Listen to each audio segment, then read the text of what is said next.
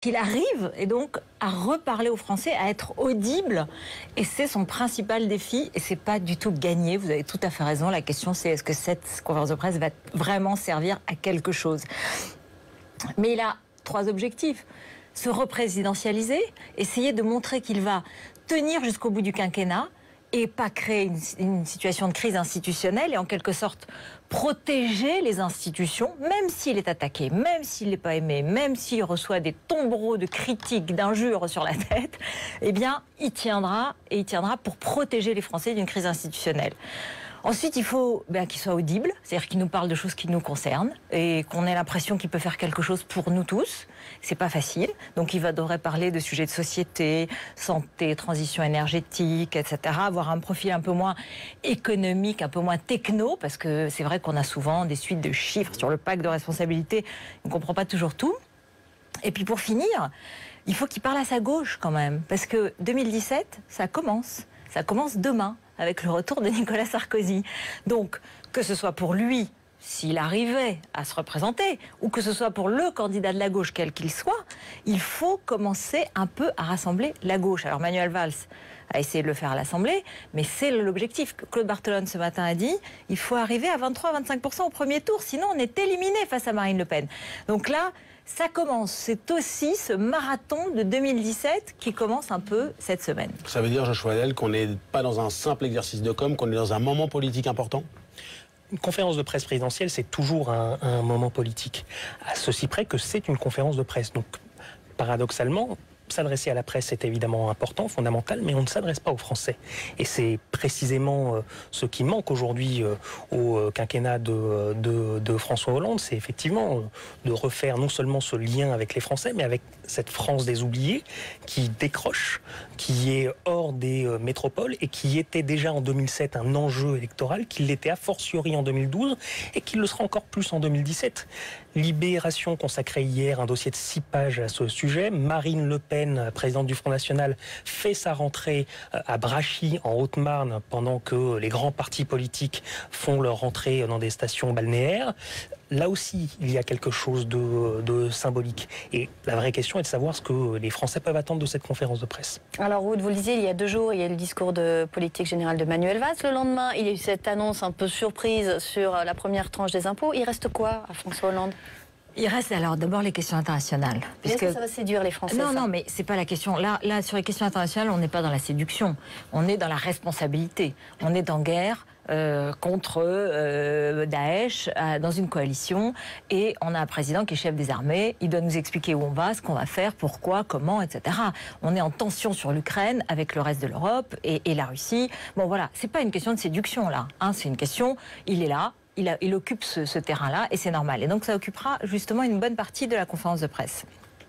Ensuite, beaucoup lui ont reproché, que je vous le disais, d'être un peu trop techno, promotion Voltaire, l'ENA et compagnie. Et qu'à la fin, ça suffit, ça ne passe pas. Un président, ça parle aux gens, ça les prend aux tripes un peu. Alors pour le moment, il a une image extrêmement mauvaise. Le livre de Valérie Trierweiler y a contribué. L'histoire Thévenoud aussi. Il y a un ensemble de situations très, très difficiles pour lui. Donc il va essayer de parler aux Français de leur vie quotidienne, de la santé, de l'énergie, voilà. Et donc c'est là où on verra. Est-ce que ça peut passer? Est-ce que c'est audible ou pas? Je ne sais pas. Je ne sais pas. Il en est capable? S'il devait y avoir une surprise dans cette conférence de presse, ce serait l'annonce d'un changement de cap. Souvenez-vous des déclarations de Manuel Valls sur le fait qu'il n'y a pas d'austérité.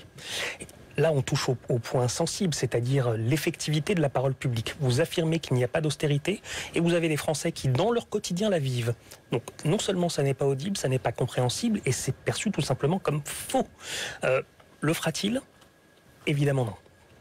Merci à vous deux. On le rappelle, édition spéciale sur BFM TV dès 16h. Le discours de François Hollande à suivre toujours sur BFM TV à partir de 17h. Est-ce qu'il pourrait faire du bien au chef de l'État? C'est le retour annoncé de Nicolas Sarkozy. Et ce n'est plus qu'une question de jour, on en parlait à l'instant. L'ex-chef de l'État peaufine sa stratégie et consulte depuis le début de la semaine. Les visiteurs affluent dans son bureau.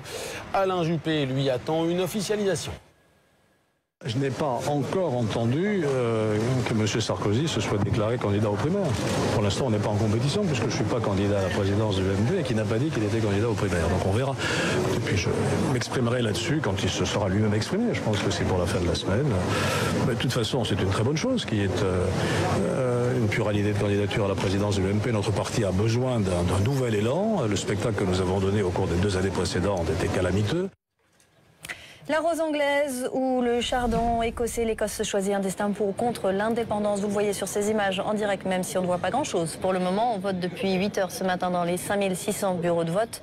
En attendant les résultats demain matin, la participation devrait être très forte. Magali Chalet. Avant même l'ouverture des bureaux de vote, les Écossais sont déjà là en nombre. Ils viennent répondre à une question cruciale. L'Écosse doit-elle être un pays indépendant ? Le scrutin est historique. Les électeurs savent que leur vote sera lourd de conséquences. Je suis très excitée. J'espère que le oui l'emportera. Je serais tellement heureuse si cela arrivait. Je veux qu'on gère nos propres affaires. Dans aucun pays au monde, les décisions ne sont prises par un gouvernement pour lequel on n'a pas voté. Je voulais vraiment voter oui. L'Écosse devrait être indépendante, oui. Mais je n'ai pas été convaincue par les arguments. La percée du oui, même éphémère dans les sondages ces dernières semaines, a ravivé l'espoir chez les indépendantistes, même si le non a finalement repris le dessus dans les intentions de vote. Après avoir glissé son bulletin dans l'urne, le leader de l'indépendance de l'Écosse prend la pause. C'est un moment extraordinaire. Ça n'arrive qu'une seule fois dans une vie. Notre futur est entre nos mains. Parmi les partisans du non, l'ancien Premier ministre Gordon Brown, qui a voté lui aussi ce matin. Les 2600 bureaux de vote du pays resteront ouverts jusqu'à 22 h ce soir. Au total, plus de 4 millions d'électeurs sont appelés aux urnes. Une participation massive est attendue de l'ordre de 80%. Les résultats ne seront connus que demain matin. Et le scrutin, au vu des derniers sondages, s'annonce serré. Conséquence, Londres s'inquiète. Sur place, Patrick Sauce avec Charles-Henri Dupoisin. Beaucoup d'inquiétudes du coup ici à Londres, notamment ici derrière moi à Westminster, le siège du Parlement, parce que d'un côté les conservateurs le savent, si le Yes l'emporte, David Cameron, leur chef de file, sera quasiment forcé de quitter son poste de Premier ministre. Mais de l'autre côté, vous avez les travaillistes qui eux craignent de se voir amputés d'un large électorat écossais, les Écossais qui votent la plupart du temps pour ces travaillistes. La presse anglaise elle-même joue sur la peur de voir un royaume complètement éclaté, mais aussi la peur de perdre un certain nombre de symboles. Et quoi de plus symbolique que Union Jack, le drapeau britannique qui existe dans sa forme actuelle depuis le début du 19e siècle. Imaginez ce drapeau britannique sans le bleu, sans les diagonales blanches. Ça pourrait arriver